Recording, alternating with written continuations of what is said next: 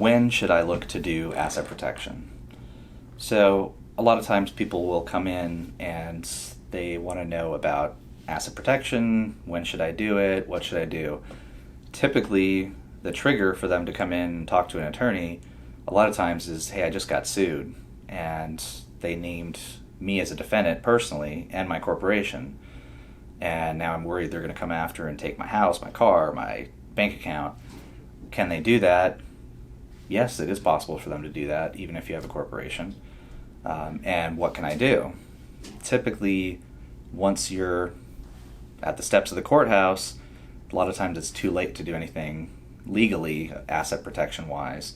There might be some steps that can be taken, but typically once you're getting close to having some kind of an obligation out there, then any action you take, courts often look at as you're trying to defraud your creditor, because you know that you could owe some money, so now you're hiding money. I mean, you're transferring money to your friends, you're just things that you cannot do, that are potentially crimes, and that courts will just reverse. They'll get the assets back and give it to your creditor. So, there are legitimate tactics and techniques that can be done for asset protection, and then there are scams and fraudulent activity, like giving money to your brother or hiding it under the mattress, which is not legal asset protection. But when you look at asset protection, you have to look at a continuum of, okay, well, there's this side of the continuum where there's nothing on the horizon. There is no lawsuit, no nothing, everything's going great. Let's say when you just started your company. That's the best time to do it. Then as you approach, okay, well, I've got some debts. Hey, the business isn't doing well. Hey, I just got sued. Hey, now they have a judgment against me. Now they're trying to collect. They're freezing assets, garnishing wages, trying to seize everything I own. Well, once the farther along you get towards they're going to seize my assets, the harder or impossible it is to do any asset protection.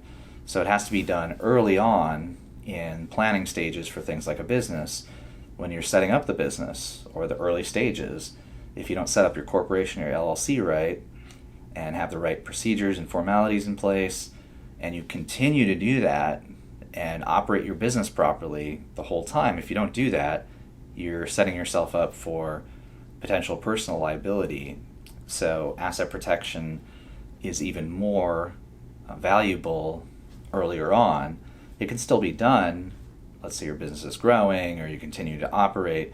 You can still change things. If I take a look at your business and I see 10 different things, the way you're operating your business, that are going to get you sued and liable for a personal judgment against you, then there are still steps you can take now to protect yourself.